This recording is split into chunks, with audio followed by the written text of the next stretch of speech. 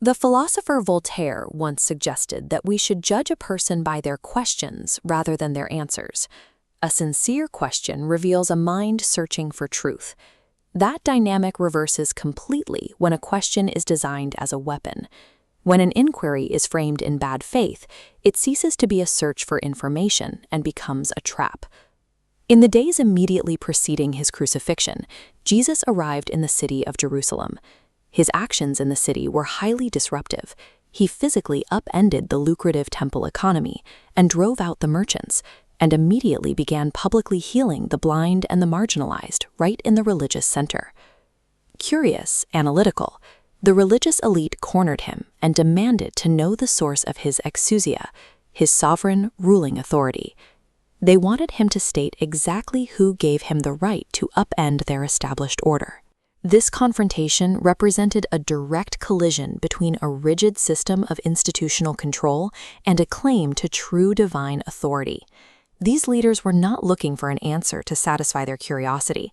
They were looking for a specific statement they could use as a legal indictment to protect their own status and eliminate a perceived threat. Engaging with this kind of hostility is an exercise in futility. There is an old piece of rural wisdom that perfectly describes the scenario. Never wrestle a pig in the mud. The outcome of that match is inevitable.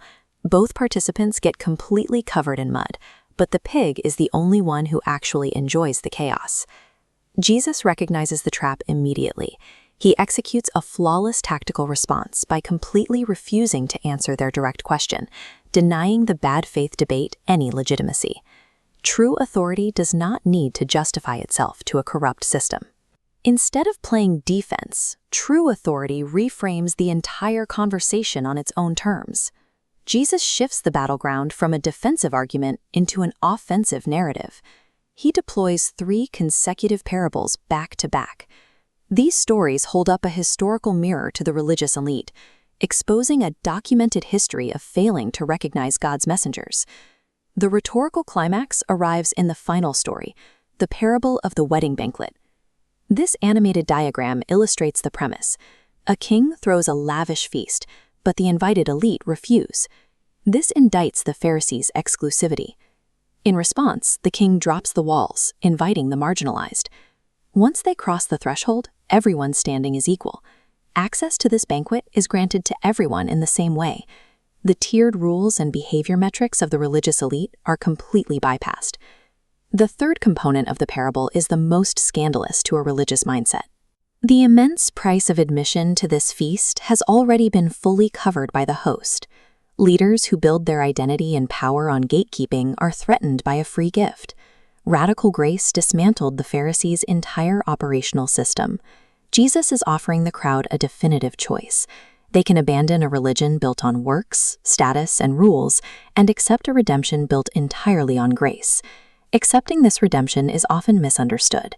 It is not a transactional magic trick, and it does not activate by reciting the right religious incantation. The actual requirement is surrender.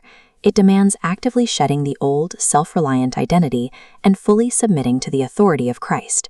The Pharisees demanded to know the source of Jesus' authority because they only understood power as a tool for systemic domination. The authority Jesus wielded was expressed through sacrificial rescue. That historical question points directly at the internal posture of the modern viewer. The parameters of the kingdom remain the same today.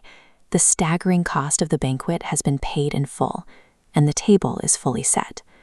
You can spend a lifetime flirting with the edges of faith, relying on your own personal good works for validation, and trying to earn a seat you could never afford. Or you can answer the unavoidable question Jesus leaves on the table for every single person. Will you accept the invitation?